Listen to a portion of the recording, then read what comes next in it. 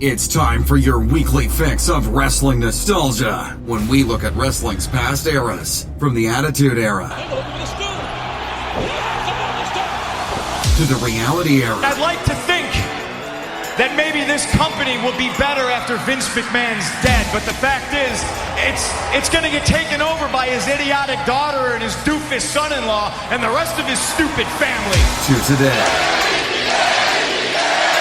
here on the WWE Podcast.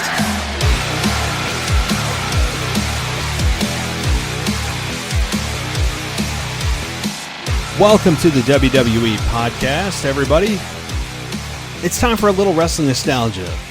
It's time to take you into the vault that is Albany, New York, and open that vault in the arena that we have in downtown Albany, which was originally known as the Knickerbocker Arena, then became the Pepsi Arena, now is the Times Union Center. So you may not think that there's a lot of history here in Albany. When you think of history in WWE, big moments, Albany, New York is not exactly a city that springs to mind, but Zach Perez and I are here today to hopefully change that opinion or give you a little bit of an education on some of the huge moments that have happened here in Albany.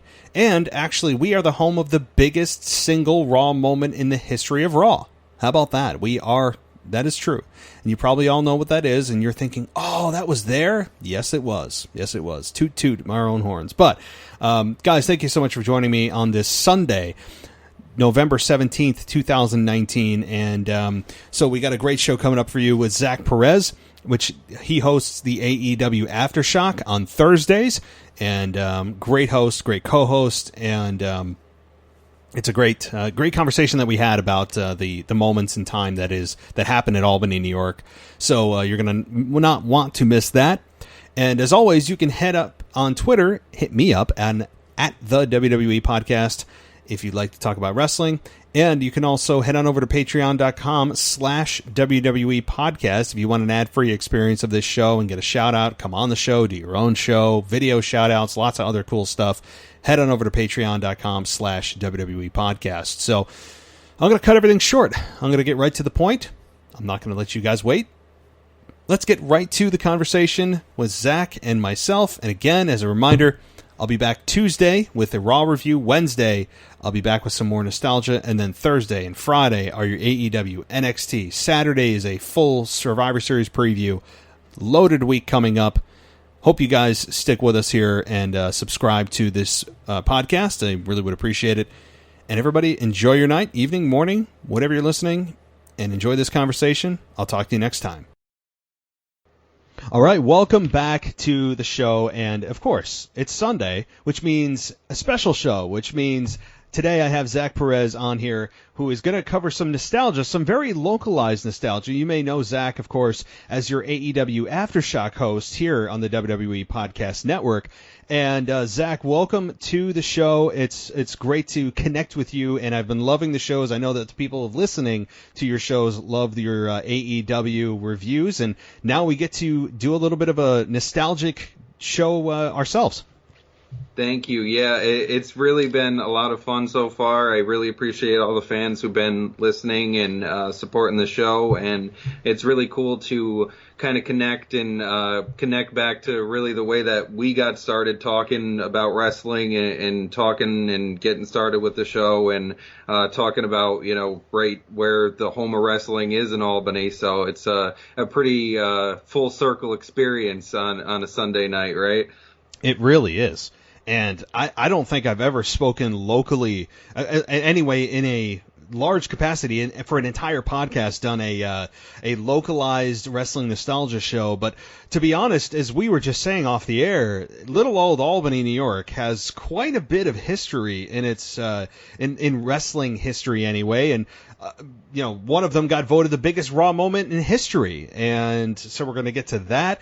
Obviously, there have been a few pay-per-views in Albany. And when I say a few, I literally mean a few. With, as Zach gave me the stats before the show, we have had 40 televised, is it televised and house shows or just televised total? So we've had 40 televised shows and 3 pay-per-views total, and even more house shows dating back a few, I think back in the early 90s before they started doing televised shows. So Albany's had, I think, 3 house shows before that and some scattered main events and things like that. About 40 televised and 3 pay-per-views. So a lot of wrestling history inside of the Knickerbocker Pepsi Times Union Center, or whatever you want to call it.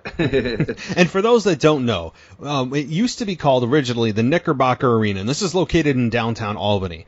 And then it became the Pepsi Arena, and then it was transformed into the Times Union Center in 2007. So it is now and currently remains the Times Union Center. It has been now for 12 years, almost going on 13. And Zach brought up some good points before we went on the air and said that there has been a title change on every pay-per-view that Albany has hosted. So let's start with the 92 Rumble. And Zach, let me toss this one to you and give us some of the things that happened here in Albany, New York back in 1992.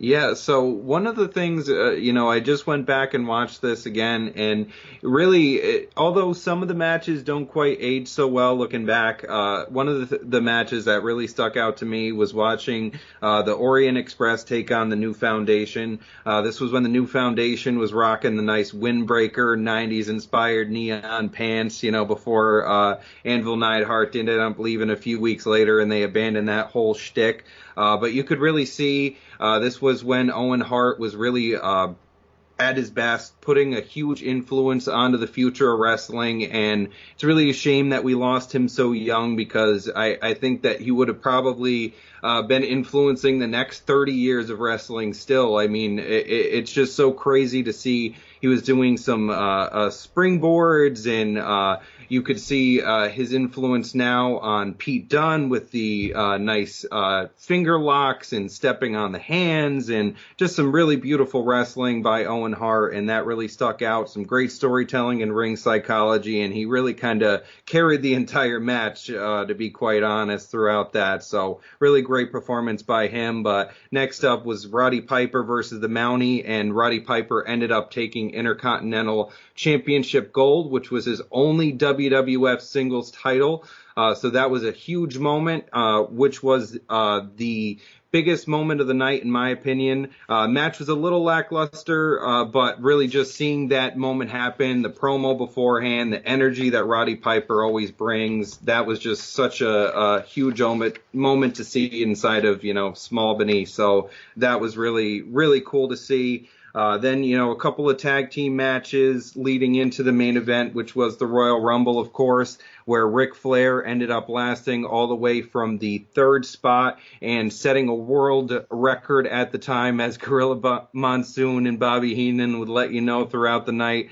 That he went from 3rd and ended up lasting over an hour to win the Royal Rumble. I still think it would have been kind of nice to see Roddy Piper win the dual championship, being that he almost made it to the end, but it was still a really cool night, and it was really cool to see a title change hands in both Roddy Piper getting his Intercontinental title and seeing Ric Flair win the WWE Championship for, however many times by then.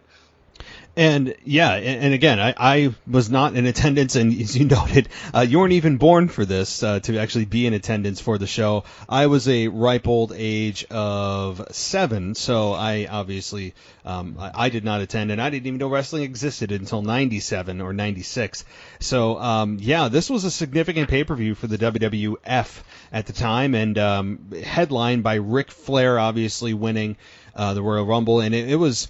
Again, I mean, I need to go back and watch this entire pay-per-view in its entirety and really absorb exactly what was going on at the time, because this is obviously Attitude Era, but only a few years before, to see what's going on and Roddy Piper and Flair and, as you mentioned, I really think that this is a underrated pay-per-view in a lot of different ways. But yeah, so again, I wish I had more first-hand experience on this one. Unfortunately, I don't.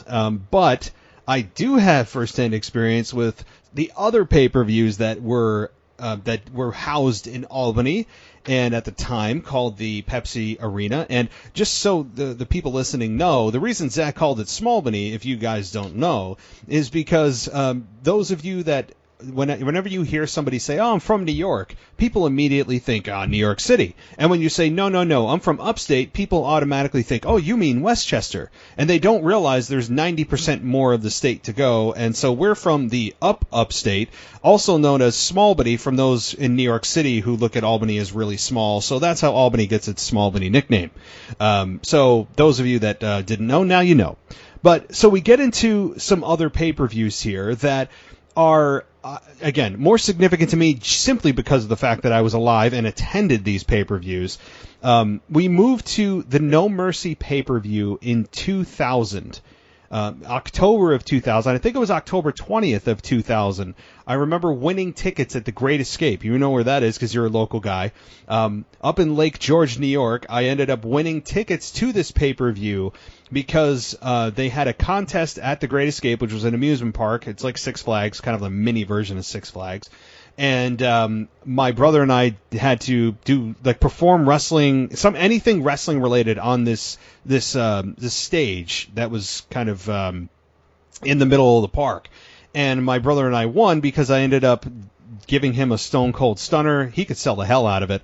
And then doing the worm, and people loved it, and I ended up winning the tickets. So that's how I attended this pay-per-view. Wrestling is just woven throughout my teenage life, which I don't know if that's better or worse, but it happened.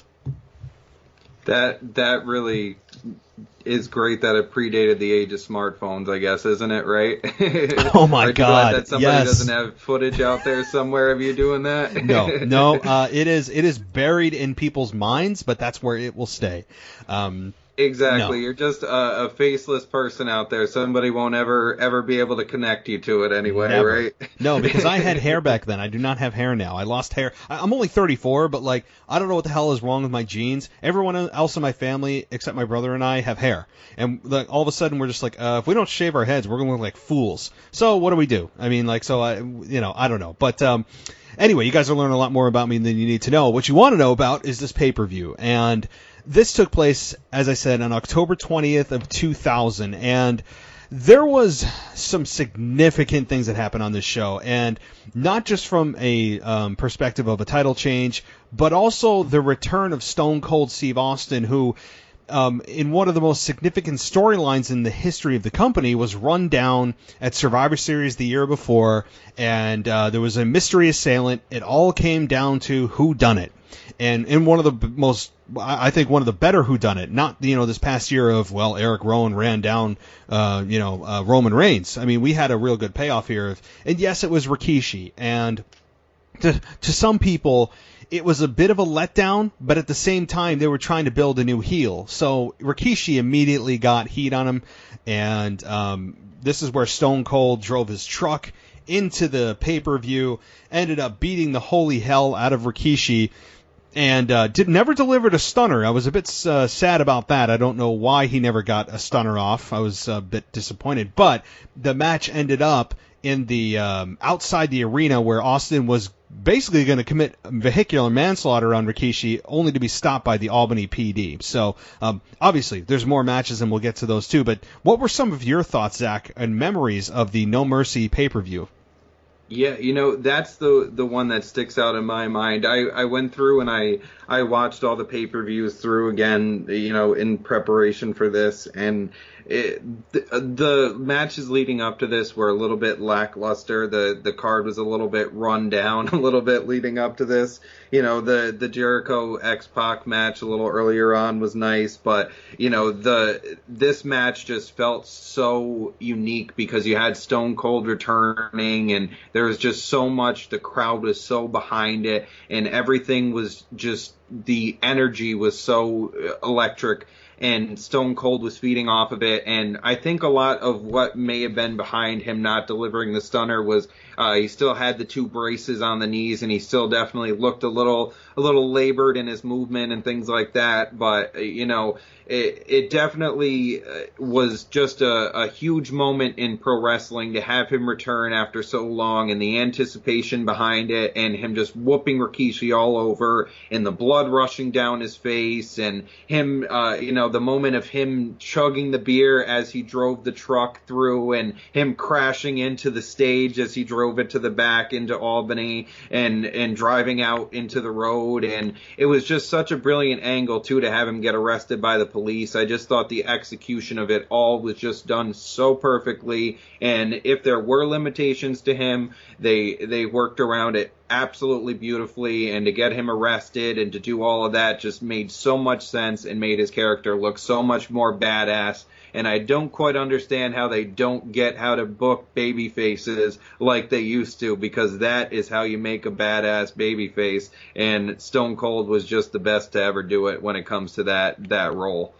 It was. The Stone Cold, I mean, everyone knows that he was my reason for really beginning and watching wrestling, and still to this day is one of my favorites and might be the favorite of all time for me. But yes, back then you had an emotional investment, you had an attachment, a reason to get behind this character. Beyond him being brilliant on the mic, in the ring, believability was off the charts for the character, which is such a missing key factor in almost every top babyface, and I say that loosely, in WWE today. There's just no believability, and it just feels so more robotic and manufactured, where Austin, yes, of course, he was, he knew who was going to win and lose the match, but there wasn't such a micromanagement of characters and movements and speaking, where guys could just go out and be themselves, more or less, and fill in the blanks and just say, here's where we want to go, get us there. And now it's, again, we all know the structure and culture of WWE, as pointed out by many podcasts like John Moxley and CM Punk and others. So, again, the match it wasn't really a match per se, as it was just kind of a beatdown of Rikishi, and it lasted only 9 minutes. And it ended in a no contest, which made sense. And yes, the execution of the arrest was exactly the way that it should have been done. It was believable. The police were there and should have arrested Austin based on the fact that, hey, yeah, this is wrestling, but you're going too far. You're about to, kill a man. We need to arrest you. For public safety. I mean, it just made sense, and it didn't feel forced or contrived. It felt believable and understandable that the police needed to be there for it. That was a huge thing I remember. And the other matches in the card, so without, missing that, the Dudley Boys were facing the Right to Censor, and it was a Dudley's Invitational Tables match that lasted 12 minutes. And I don't remember too much about that match per se. Again, the big thing was Austin in a match that I'll get to, which was the final match of Kurt Angle and The Rock. The APA and Lita versus TNA, and Trish ended up in a no contest. Chris Jericho defeated X-Pac by escaping the cage. I do remember that vaguely. Right to Censor defeated Billy Gunn and China. Oh boy, Right to Censor. I mean, that was a group. Quickly, let me ask you on that. What do you remember about Right to Censor? Did you love that group? Did you hate their group and their music? Did you find it really ear piercing and just go away heat, or do you think that this was a underrated faction that could have had a longer run? I think that the theme had go away heat, but I think that the faction itself actually had some solid thought process behind it, especially given the time of wrestling, given that it was the Attitude Era and there was so much going on. I think that they really could have made some sense out of it. I think that it was a little bit thrown together.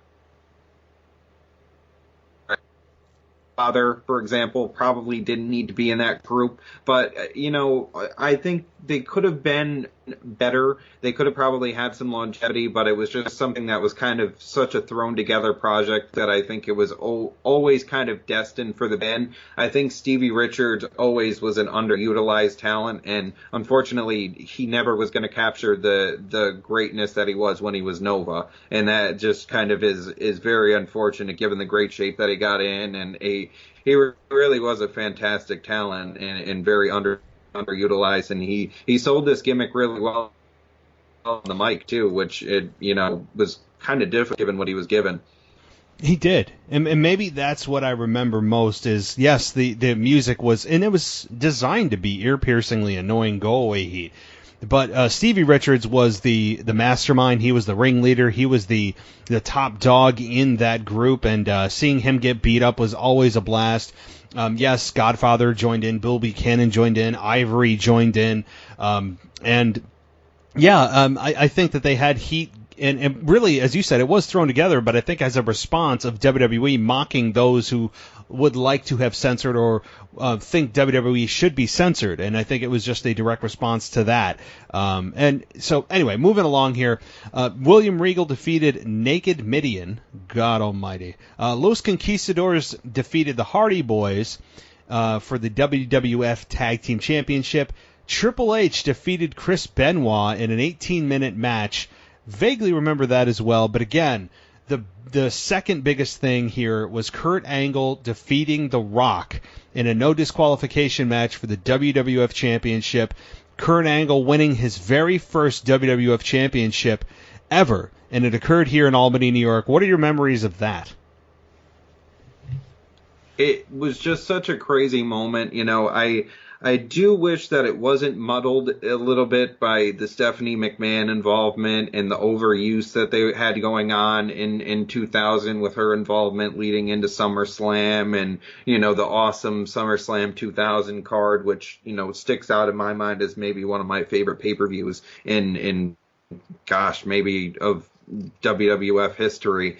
But, all in all, just a crazy moment and a career-defining moment for Angle, and just really set off what was a great chemistry that he had with The Rock. And the Angle earlier in the night with him having the interview where he edited clips together of The Rock and made him say what he wanted to. It was just brilliant stuff, and it really goes to show there's a lot of Kurt Angle that goes undervalued, and he was just such a great all-around worker and really one of the best of all time, and just was really the best at what he did in the ring, and just really got undervalued as a result for all the things that he did on the entertainment side as well, and was right alongside The Rock at entertaining people just in the same way. So I think that this was a great time to put the belt on him, and this match really had a lot of drama leading up to the finish, and it just was kind of overbooked at the end with Triple H coming out towards the finish and hitting a pedigree, and The Rock still kicking out, and it was just a crazy overbooked ending, but it was a great time, and a great time to pull the trigger and Kurt Angle the belt, and it was awesome that it happened in Albany. Yes, it was, and being such a big Rock fan at the time, I mean, I was 15 years old, I think it was a bit disappointing for me seeing Kurt Angle win, but understanding that it was such a significant moment. I think the only saving grace for myself in my 15-year-old brain, not saying much here, but was seeing The Rock give Stephanie a rock bottom for the very first time. I believe that was the very first time that it happened. And I went nuts. The crowd went nuts just seeing that, because Stephanie was such a heat magnet and she was such a you-know-what that people would lose their minds today because, oh, that's male-on-female violence. What are you promoting? But it was such a warranted warranted thing for The Rock to do, and it was just a rock bottom for what I remember, and it wasn't anything that was brutal, but the crowd loved it, so that was the only redeeming part of this match, at least, again, from my 15-year-old brain, understanding that the things now are much different, but, so that was another thing that I do remember and absolutely loved. Yeah, and it at the time for me was rough because I was a huge Rock fan. Like I said, The Rock is still my number one of all time, and it was just such an entertaining contest, and even then, I was a fan of Kurt Angle in terms of his in-ring ability and being a fan of the sport. Just watching it and just understanding what they do and everything like that, and just understanding the entertainment side of it, and being so young and just being able to appreciate the fact that, you know, he makes me laugh when he's on and things like that. So I didn't quite understand the fact that The Rock losing meant that, you know, what it did. So that was very disappointing for me at the time to see The Rock lose. But looking back at it and looking at the career that Kurt Angle was able to have and the timing of it all, it makes a lot of sense. But it definitely was a very rough time for me as a fan of The Rock to see him losing it to Angle, especially all the heat that they were trying to promote him with. And so it was a very dividing time, especially for me and my dad as wrestling fans watching it in the kind of aftermath. Because we would usually kind of watch the Fallout episode, especially after they would come to Albany with the pay-per-view. So that was definitely a shocking night of probably Raw the night afterwards, you know. It was, and it was a pay-per-view that, you know, being live there in the arena, being involved in a pay-per-view for the very first time was something that, especially being there for free, you know, and you all know how I got there for free, which I'd rather not repeat again, but just that experience being there, and I was with my brother who, again, he didn't really care about wrestling, never did. He was just kind of like only involved when the big names are there, and a lot of my friends are the same way, where they're just only interested in where's Undertaker, where's Austin, where's Rock. They only, like, anytime those people are there, they'll pay attention, but you know they don't have the patience for these up and coming stars or really an appreciation for the art that is wrestling. So being there with a non-wrestling fan is a little bit difficult, but it made it easier given the fact that it's 2000. And in 2000, WWE had a stacked roster, and they were at the top of their game. So I think that was a positive. But yeah, this pay-per-view overall was remembered for two things. It was remembered for Austin beating the hell out of Rikishi and driving his truck into the arena, and obviously Kurt Angle winning his WWF Championship for the very first time. So another pay-per-view, and the last pay-per-view to ever occur in Albany, hopefully not ever, was the New Year's Revolution 2006. And before I go any further, Zach, you were in attendance for this, or were you not? I was not, unfortunately. I do vividly remember trying to get tickets for this. Do remember I was a big John Cena fan at the time. You know, I was a huge John Cena mark, had the chain, had the lock, everything. So I remember definitely trying to get tickets, trying to convince, but I didn't end up making it to this one. And probably for the better because of the ending. Yeah, so probably would have crushed my little soul at the time. So probably for the best that I didn't make it to this one. And if you remember, not only did John Cena, obviously this is the biggest point that came out of the whole pay-per-view with John Cena losing here, even though he won the match, Edge cashed in, is that Albany was brutal to John Cena. I mean, if you listen to the crowd reaction to John Cena in this match, it's pretty bad. I mean, the Albany audience, who at the time in 2006, you're coming off the Attitude Era, you're getting close to the PG era, but it's still a bit of a brutal time in WWE. They're in transition. John Cena is clearly the next anointed guy, and the fans in attendance were of the older variety, not a lot of families, so you get that ardent, hardcore, hangover, Attitude Era fan base of 18 to 34-year-old males, and you get a reaction the way that you did for John Cena. And I gotta say, I was one of the ones booing him. I really, and again, it's nothing that of a disrespect to John Cena, and I still kind of feel this way now. You know, how many years later, 13 years later, that I never disliked John Cena, just like I never disliked Roman Reigns as a character. I just think that they were both miscast. Where, especially you come off Austin, you come off Rock, these ardent, hardcore, true to the bone, you know, badass characters that are completely believable to this John Cena, feel good, sit by the fire, kind of kumbaya, pump out of the WWE machine character that the fans weren't ready to move on from Austin and Rock yet. And so John Cena got a bit of that backlash. And after John Cena won, man, I remember the crowd not happy. And if you go back and listen to it, I'm sure that that'll reflect that. But having Vince McMahon come out for the very first, I believe this was, and correct me if I'm wrong, was this the very first Money in the Bank cash-in? Off the top of my head, I want to say that it was, because I think Edge was the first one to get it. So I think that this was the first cash-in, and he was the first one to win off of it at the very least. Okay. Yeah, I think, because I remember seeing Vince McMahon and I'm thinking, why is Vince McMahon out here? But especially watching it back, given why does Vince have to be the one to announce that they're going to cash it in? It's just kind of silly now, but Vince wanted to come out and be the figurehead of that moment, and it is what it is. And when the fans heard Edge's music, they lost their minds. And I believe Edge carried that briefcase around for months and months and months. It almost became a part of him. I remember him carrying it around so much. So I believe he carried it around for several months. So having him cash in at that moment and spear John Cena kicks out, and you're thinking, oh my God, John Cena is going to somehow pull this off. And then Edge hits a second spear, and the crowd acted like it was the bottom of the ninth, and the home team hit a home run, walk-off home run. I mean, I was cheering, even though Edge was booked as a heel. He was with Lita, and he was supposed to be booed for this moment, being the smarmy heel that takes advantage of a babyface that just went through hell and is obviously at a huge disadvantage.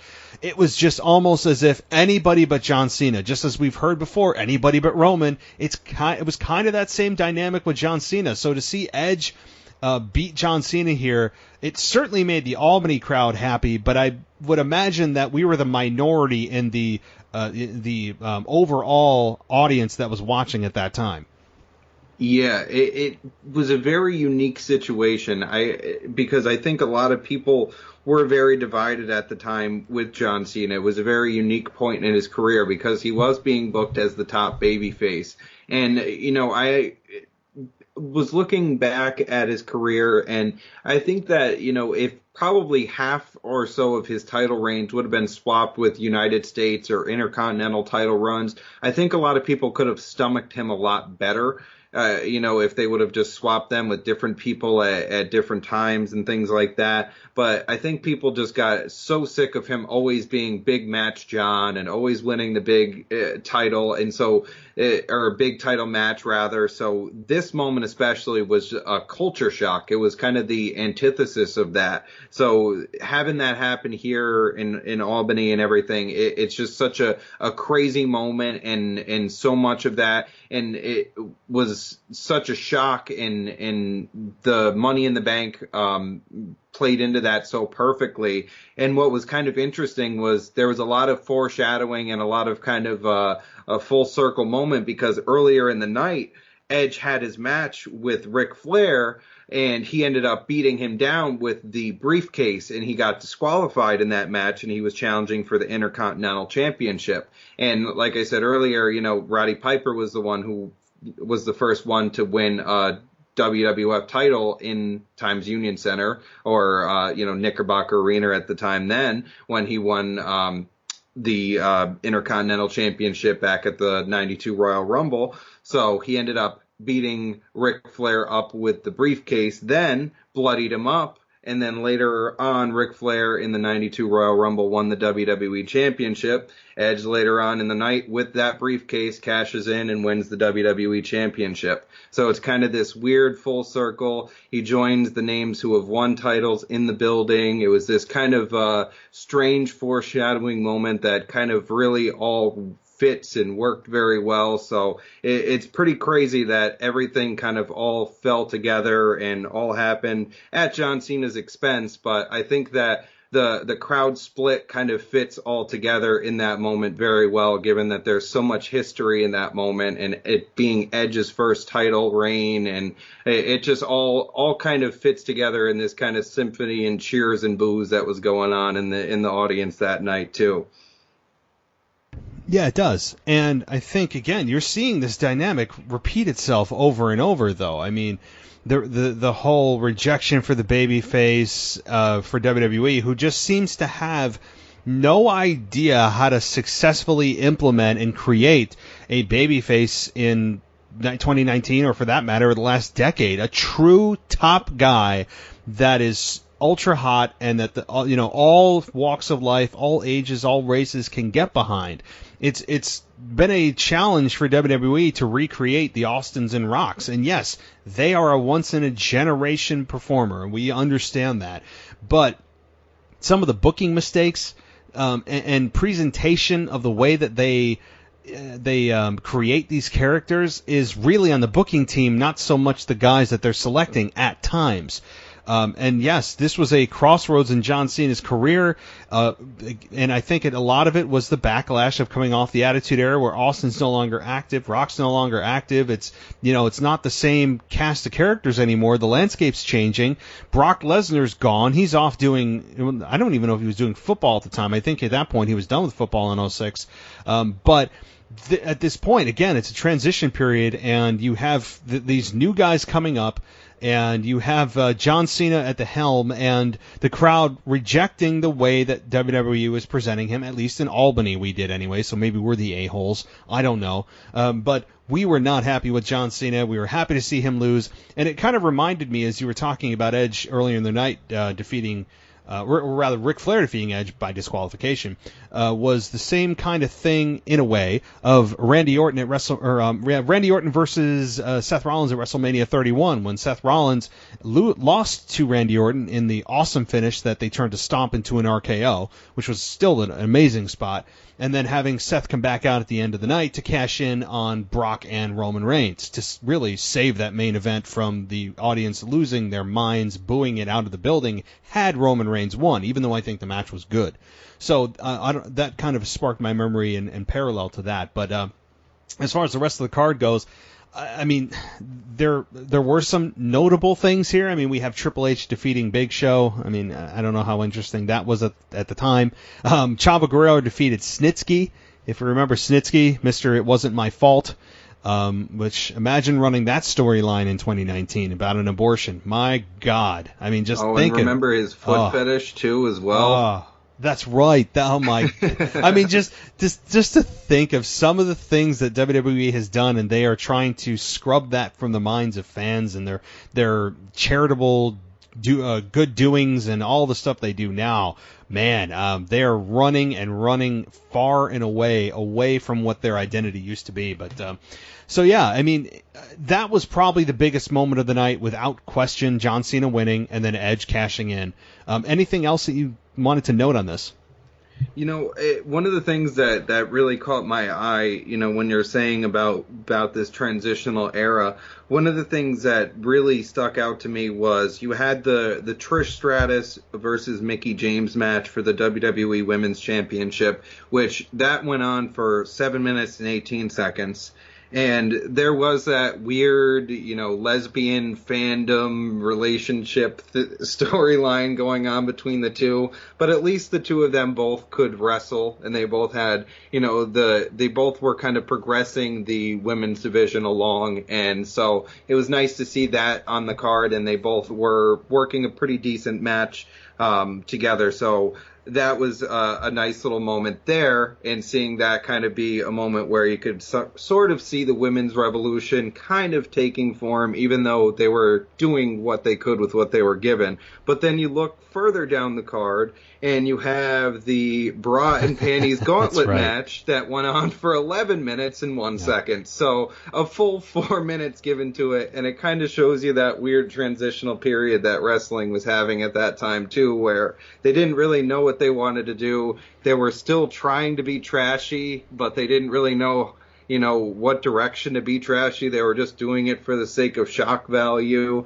That's why you ended up having that really high rating with the Edge and Lita sex thing not too long after this. So it was a weird time for wrestling. And you know, not long after that, you had the 2010 era, which, you know, probably was one of the biggest drop-offs in viewership. So it definitely was a big, you know, boom or bust time, and I think they definitely probably did more of the bust not too long after that. So there was some definite good that came out of this era, but it was definitely a weird transitional period for wrestling for sure.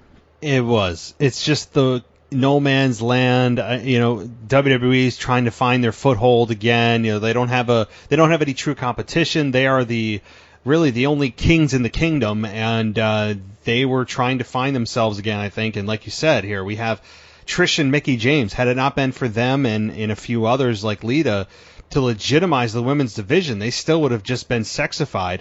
Unfortunately, after this, after this year, the Divas Championship was introduced pretty shortly after, and it was just something that I think degraded the female division even further until we got the women's belt back. So again, you're talking about coming full circle. There's another example of there's the women's championship, but we have a bra and panties match, and don't worry, the Divas Championship is now going to be a thing, and then that goes away, only to have the biggest women's revolution in wrestling history occur less than a decade later. So it's just funny how things go. But so beyond those pay-per-views, there are a few moments that I have to bring up. I mean, you just can't go without this, and I can't believe, and it saddens me to my soul to say that I was not in attendance for this. I don't know what the hell came over me to not attend this Monday Night Raw, the Raw before WrestleMania 15,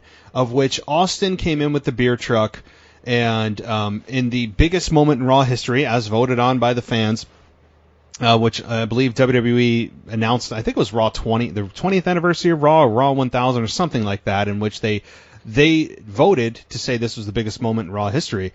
Austin comes out, we all know the routine, he showers the corporation in beer, cuts a promo on the top of the beer truck, and then later in the night, people forget this, but later in the night, he actually faced Paul White, not known as the Big Show yet, and ended up defeating Paul White after a few chair shots and a stunner, and then immediately after, Paul White pops back up, and him and Mankind, which was the referee at the time, ended up brawling as they brawled, and Austin was celebrating. So, what were your memories of this? I would assume you were in attendance for this? This one I wasn't. I was still pretty young at the time. This would have been, March 22nd, so I would have just been 4 years old at the time. Yep, so still a little young. I was actually just picking up wrestling, believe it or not, though. I was beginning to watch Raw probably, I would say, a year before this. I would say probably 3.5 years old is when I started watching Raw on a weekly basis in 98. So this probably would have been one of the episodes that I would have watched. So I do definitely have it in my memory banks, and definitely have watched the clip thousands of times since then as a wrestling fan. And just the flopping around in the ring, and The Rock selling the beer as if it's a wrestling move, and it just so much craziness going on with the actual music hitting and him coming down with the truck, and it's just such an awesome moment. And Austin just always delivers in ways that you never expect. And you mentioned the selling of the beer. I mean, all I can think of is Austin spraying Vince, and Vince is trying to swim to get out of the ring. It is just the visual of that is burned in my memory. It is hilarious to watch. And seeing that happen was just, I still laugh, even though I've seen it, like you said, 1,000 times. But seeing Vince McMahon trying to swim to get out of the ring is the thing I won't forget. And actually, Austin said that he pulled a rib on himself. I think it was in his VHS. Yes, I said VHS of Hell Yeah was the name of the VHS. And he said he pulled a rib on himself by trying to give himself a drink with the hose. And he said if he had tonsils, he would have washed them right down his throat because of the pressure of the beer, which was real beer, by the way. Trying to give himself a drink with that hose was like trying to give yourself a drink with a fire hose because, I mean, you can't. It's just coming out too fast. So he said he pulled a rib on himself doing that. So, yeah, a moment I'll never forget, and one that I am so... I really hope it was something massive going on in my life at that time to not attend this Monday Night Raw, or I just took the glory days of wrestling for granted. Again, I was at 98. I was 13 years old. I had no reason not to go to this. Damn it, what is wrong with me? You know, it's funny. I actually have personally signed a petition to get a banner put in Times Union Center commemorating the exact date that this Austin beer truck moment happened. That's how much I am committed to this moment being a part of Albany history, damn it. It's true, though. I mean, how can they not be proud of this being the location of the highest rated or the most beloved segment of Monday Night Raw history? I mean, I know, all joking aside, that really should be something that they have somewhere. I mean, even if it's not, front and center on the Times Union logo, but it's a massive moment. It was a magical moment. It was a moment you can't duplicate, and WWE certainly tried a number of times before, with Austin coming back and doing it to Santino after making fun of the movie that Austin was in, and they did it with the milk truck with Kurt Angle, but it wasn't the same. It still wasn't the same. Anytime they try to recreate, which WWE loves to do, it never quite worked. And but this moment was, you listen to the reaction. If you haven't seen this and you're a wrestling fan, I don't know how you haven't seen this. You need to see this. So anyway, those are my thoughts on the beer truck. The other moment, still relating to Stone Cold, you guys see a theme here, but Austin had some massive moments here. Back in 2002, when Stone Cold was, the WWE conducted a draft, and Austin still was not signed they didn't conduct a draft. Austin was coming off of a newly returned babyface, and Austin was either going to sign with Raw or he was going to sign with SmackDown. And at the time, Austin, and keep in mind the date here is April 1st, 2002. I was personally in attendance for this, and he ended up shaking hands with Vince, who was the face of SmackDown at the time, at least trying to get Austin to come to SmackDown. Shook hands with Vince and apologized to Ric Flair and said business is business. And then he told Vince, hey, there's one more thing about this contract end tonight. And he said April Fools, and ends up giving Vince McMahon a stunner, ends up actually stunning Ric Flair after he had chugged some beer with him.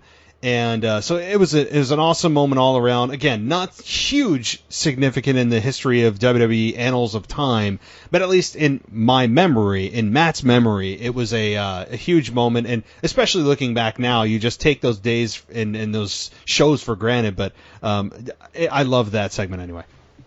Yeah, it's crazy to think just how much of Steve Austin really is ingrained in Times Union Center and Pepsi Arena, and just the history that he has with the building, and returning to it for his return against Rikishi at No Mercy, and having getting hauled off in the cops in the back of Times Union Center, and all of that.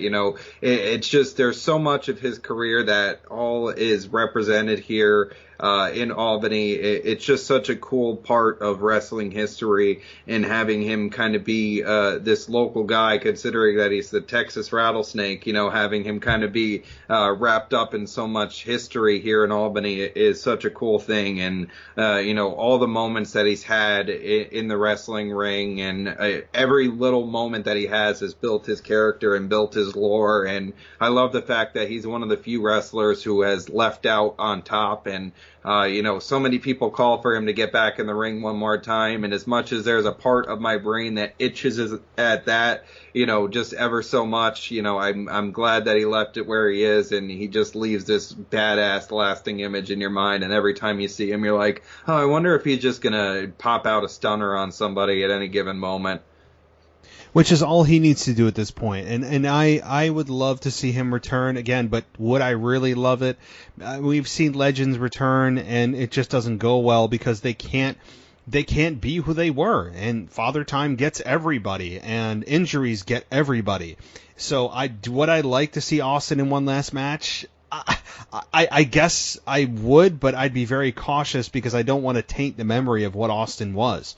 So, actually, another fun fact before we wrap things up here is some of you may know this, some of you may not. Where Edge got his name was actually because of Albany, New York. There was a radio station at the time called The Edge, 105 something, I think it was, and he was listening to the local radio station, and he was like, hey, that's a damn cool name. And that's where he got the name Edge, was from one of our radio stations. So how about that?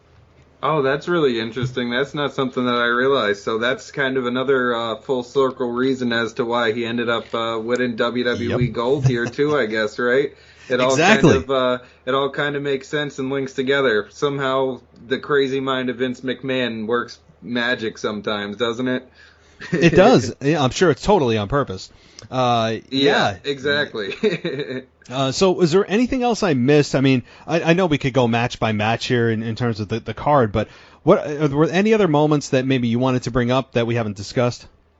One thing that sticks out in my mind, speaking of moments of that we've been to live, I went this year to the May 20th episode of Raw, which was when Mick Foley revealed the 24/7 title, which is pretty awesome considering that there is actually a lot of history with the hardcore title in Albany as well. There's been quite a lot of title changes throughout the year. Actually, on that April 1st episode of Raw that you were talking about with Austin, Bubba Ray defeated Raven for the hardcore title. There have been a couple of different hardcore title changes throughout the years here in Albany too. I think maybe one or two other examples, but having Mick Foley kind of reveal the 24/7 title was a nice little moment. The reaction to Brock winning the Money in the Bank was a big sticking point in my mind. I was kind of walking into the building a little bit pissed off after the whole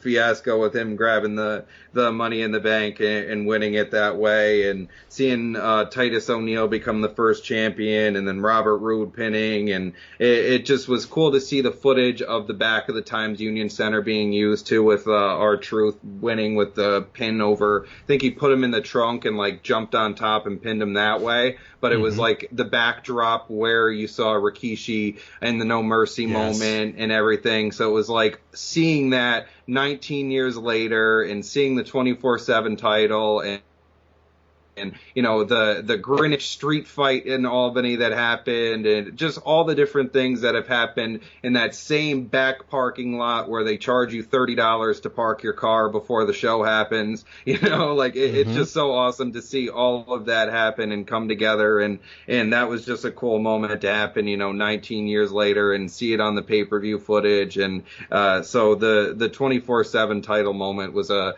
pretty cool video package that'll stick out in modern times as something that, you know, is very representative of wrestling in Albany. So that was a cool little moment that I got to see live.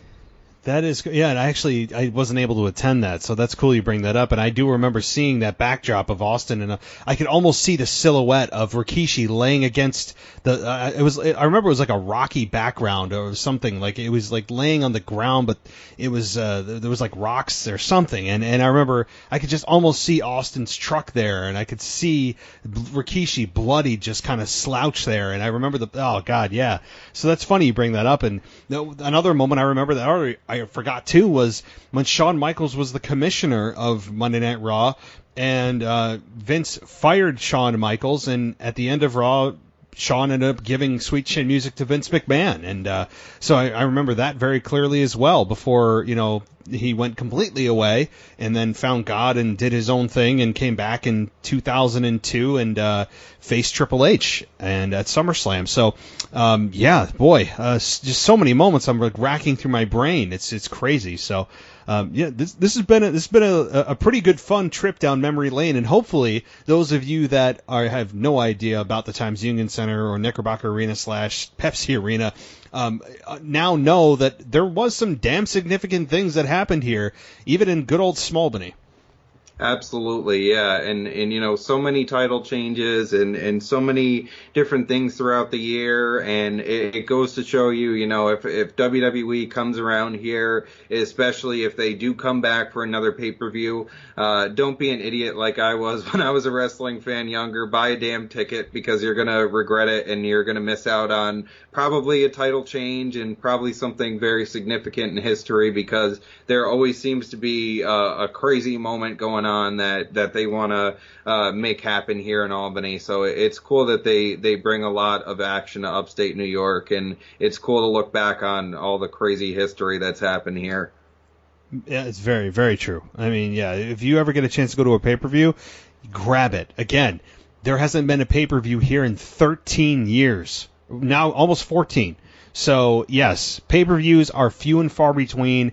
Live events are few and far between. Televised are even fewer. And then pay-per-views are just a rarity. So, yes, pay-per-views, if you don't go, you're really cheating yourself out of a great time, and that is sincere. I mean, just all the memories I can have, and now the product is starting to revive itself, and yes, we have a little bit of competition with AEW, but the product itself, even WWE by itself, has some talent. Of course, the booking is always questionable, but the talent is there. So. Anyway, Zach, this has been a blast, and of course, don't forget, everybody, check out the AEW Aftershock show that Zach does every single Thursday. Drops on Thursday for the AEW Dynamite show on Wednesday. So before you go, though, let everyone know about any social media you may have or anything else. Absolutely. So, like I said, like you said, rather, every Thursday I drop the review for AEW Dynamite, the AEW Aftershock. You can follow me at Spots High on Twitter. I'm always dropping all sorts of opinions, articles, all sorts of different things. So always be sure to look out for everything new. Always, live tweeting. If I'm still keeping up with Raw or SmackDown, depending on what my opinion of the product is on any given week, but always making sure to give you my review of Dynamite every week on Thursday. So follow me at Spots High on Twitter and keep an eye out for new projects coming soon too. Absolutely, yes, and we'll talk more about that as things evolve. But Zach, thanks so much for being on the show, and we'll look forward to your Thursday show about AEW, and of course, coming back on here sometime in the near future. Absolutely, sounds good. Always a blast talking with you. Had a good time tonight. Definitely. Take care, Zach. You too.